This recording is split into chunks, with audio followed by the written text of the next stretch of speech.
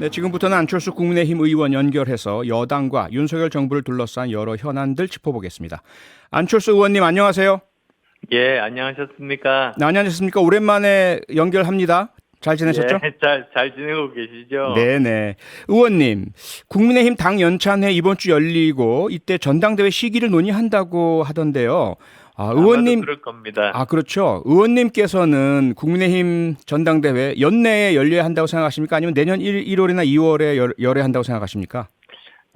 그 전에 가장 기본적인 것부터 짚고 싶어요. 네, 사실 국회의원의 가장 중요한 그 임무가 민생을 먼저 챙기는 거 아니겠습니까? 그렇죠. 당권 등 이런 뭐 권력 투쟁은 사실은 그 다음에 문제인 거죠. 네. 그래서 마치 몇 언론을 보니까 제가 내년 초 전대를 주장하는 것처럼 보도한 언론들이 있었는데요. 예. 사실은 조금 내용이 좀 다릅니다. 그렇습니까? 제가 이야기를 했던 것은 네.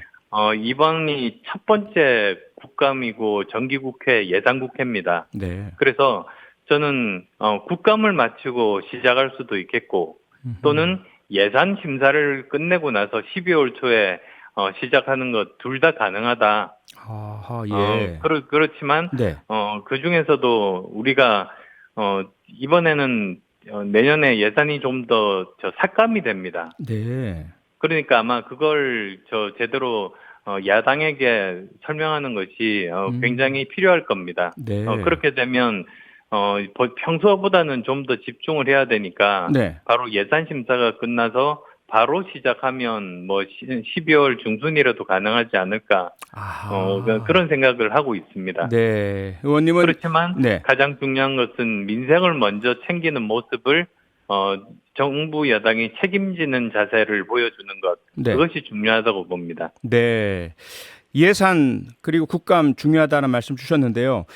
아시겠지만 김기현 의원은요. 전당대회 개최 시기와 정기국회에는 상관이 없다. 따로 할 수 있다. 이렇게 주장하고 계시는데요. 어떻게 보십니까? 예, 사실 사람이 가진 에너지라는 게 한계가 있어서 네. 한 가지에 정말로 집중을 하게 되면 다른 일을 제대로 신경 쓸 여력이 좀 부족해집니다. 아무래도 분산되기가 쉬우니까요. 네. 첫 번째 정기국회이니만큼 네. 여기에 최선을 다하는 것이 국민들로부터 제대로 인정받는 길이라는 그런 생각을 하고 있습니다. 네. 이번 전당대회 안철수 의원님 당대표 후보로 출마하십니까? 안 하십니까? 지금 언제 시작할지 스타트도 안 했는데 먼저 밝히는 거는 좀 어폐가 있는 것이죠. 네. 미리 일정이 공지가 되면 네. 그때 자기는 어떻게 하겠다고 입장을 밝히는 게 그게 순서고 도리 아니겠습니까? 네. 그래도 아시겠지만 많은 국민들께서 당연히 안철수 의원님 행보에 궁금해 하실 텐데요. 어느 정도로 좀 시사점이나 힌트 좀 주실 수 있으실까요? 제 목표는 제가 뭐가 되는 것 이전에 네. 우리 당이 좀 더 많은 국민들께 사랑을 받고 그리고 또 지지 기반이 넓히는 정당이 되어야 한다. 네. 그러기 위해서는 그 보수의 정말 중요한 그런 가치를 간직하면서 네. 동시에 중도로 지지 기반을 넓히는 일을 해야 된다. 저는 예. 그렇게 말씀을 드리고 싶고요. 네. 사실 그러면 또 중도의 마음을 잡으려면 어떻게 하면 되는가? 그게 또 당연히 나오는 질문 아니겠습니까? 그렇죠. 네. 예. 근데 저는 지난 10년간 이제 중도에 있는 많은 분들과 소통하면서 네. 나름대로 그분들이 정말로 중요하게 생각하는 것이 예. 세 가지 정도가 있다고 그렇게 생각을 했습니다. 뭡니까? 그게 우선은 첫 번째는 이 중도는 상식과 공정이 그냥 말로만이 아니고 네. 제도와 행동으로 보여주는 것이 필요하다. 네. 그런 신념을 가지고 있고요. 예. 그 다음에 또 두 번째로는 이것이 민생 문제를 최우선으로 해결하고 네. 그리고 특히 사회적인 약자들을 따뜻하게 품어 안는 것이 중요하다. 네. 세 그다음 번째는요? 또 세 번째로는 네. 여러 가지 복잡한 사안이 있을 때 그것을 정말 합리적으로 그 해결을 하고 거기에 대해서 설명을 하는 것. 네. 그것이 중도가 바라는 가장 중요한 그런 점들입니다. 네. 그리고 그것이 단순히 이렇게 하겠다는 말로만 공허하게 그치는 것이 아니라 네. 행동으로, 예. 정책으로 이렇게 보여야지 믿는 것이 중도이고 저도 중도이기 때문에 네. 아마도 그런 생각에 공감을 하는 것 같습니다. 네. 아무래도 안철수 의원님께서 국민의힘 대표주자 중에서는 가장 중도 확장의 적임자다. 이렇게 저는 들리고 있고요. 의원님, 국민의힘 혁신위원회가 1호 혁신안 발표했습니다. 보셨을 텐데 어떻게 평가하십니까? 네, 저는 저 혁신위원회가 가장 먼저 할 것도 역시 마찬가지로 민생이 되어야 한다. 네. 화합이 되어야 한다. 저는 그것이 중요하다고 봅니다. 네. 그래서 공천 문제도 사실은 굉장히 중요하죠. 네. 그렇지만은 먼저 어떻게 하면 이 당이 화합할 수 있을 것인지, 네. 그다음에 민생 문제를 어떻게 혁신적으로 해결할 수 있을 것인지 그 논의가 먼저 선행이 되고 네. 그다음에 이런 여러 가지 공천 문제라든지 이런 것이 나오는 것이 순서가 아닌가 그런 생각을 하고 있습니다. 네. 그렇다면 민생 먼저 나왔어야 하는데 아쉽다라는 그런 말씀으로 들리고요. 의원님께서 이런 부분 때문이셨나요? 비대위 혁신이 하나로 합쳐서 일원화해야 한다. 혁신은 해체해야 한다라고 말씀하셨지 않습니까? 그 생각 지금도 같으십니까? 네, 저는 가장 좋은 방법은 네. 하나의 그런 저 회의체로 모여서 뭐 여러 가지 이견이 나올 수 있는 건 뭐 정치에서 당연하지만 네. 그 내부에서 치열하게 논쟁을 거쳐서 하나의 결론을 내고 한 가지 목소리를 내는 것이 예. 지금 위기 상황에 빠진 당에 대해서 그래도 국민들께 신뢰를 줄 수 있는 방법이라고 생각해서 말씀을 드렸습니다. 네. 근데 뭐 거기에 대해서는 주호영 대표께서 자기 본인이 잘 조율을 하겠다고 말씀하셨으니까 네. 저는 뭐 거기에 대해서 신뢰를 가지고 지켜보는 입장이다.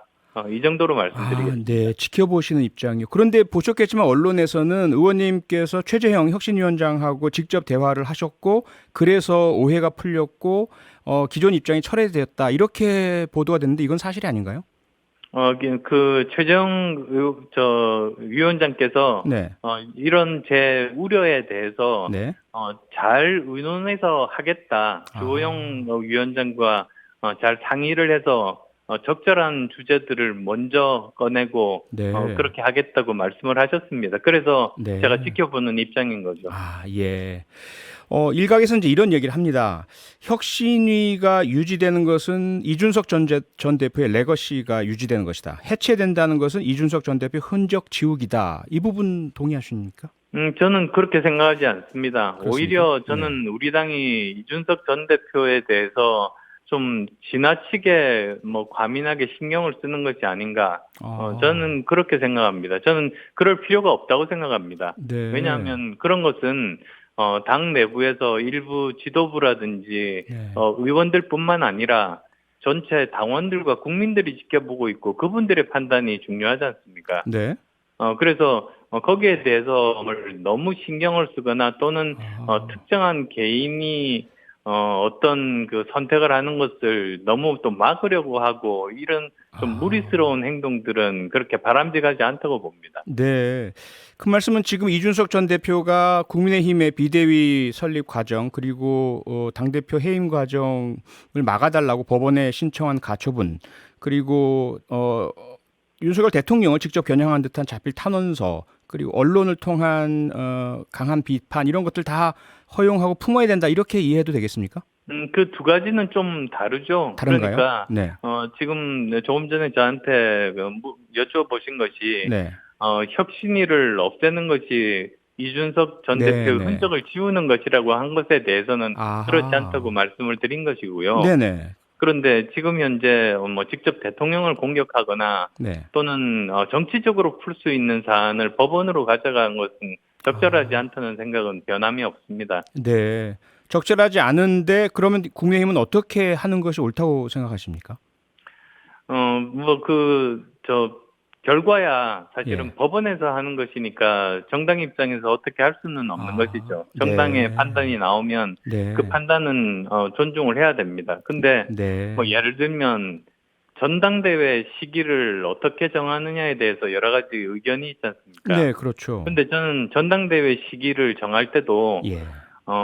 당에서 객관적으로 그 민생을 먼저 챙기고 그 다음에 전당대회 하는 것이 옳다고 제가 말씀드렸죠. 네네. 근데 그 과정 중에서 이준석 전 대표가 출마 가능성에 대해서 너무 의식할 필요는 없다고 생각합니다. 네. 그 말씀은 만약에 네. 여러 가지 우여곡절 끝에 예. 만에 하나 이준석 대표가 출마할 수 있는 여건이 된다고 하더라도 네. 그건 모두 다 사실은 누가 출마하든 출마한 사람 중에서 당원과 국민들이 판단하는 것이죠. 네. 그러니까 그건 민주주의 정신에 따라서 하는 것이 옳다.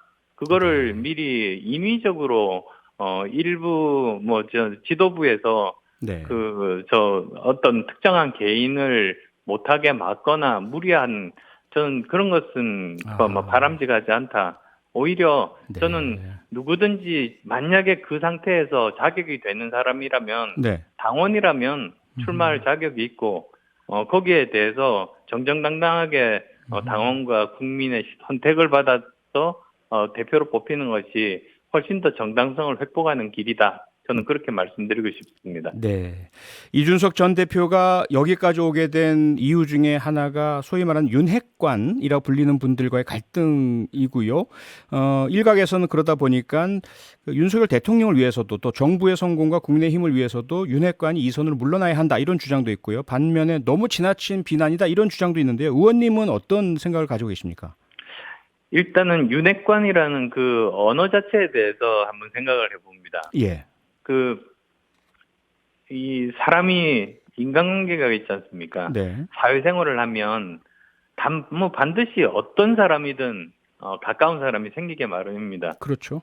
그러면 그거를 그 사람 주위에서 가까운 사람을 다 핵관이라고 부를 수도 있는 거죠.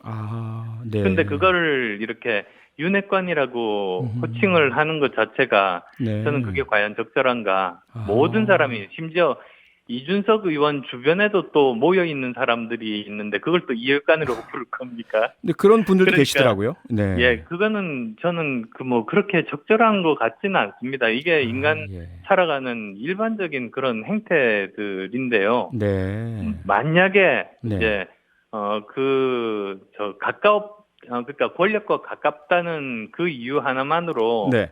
좀 전횡을 하고 개인적인 이득을 취한다면은 그거는 당연히 비판을 받을 수도 있겠습니다만 네. 그렇지가 않다면 그것 자체만으로 그렇게 비판하는 것은 그렇게 바람직하지 않다고 봅니다. 네, 알겠습니다. 오늘 말씀은 여기까지 듣겠습니다. 고맙습니다. 네, 감사합니다. 네, 지금까지 안철수 국민의힘 의원이었습니다.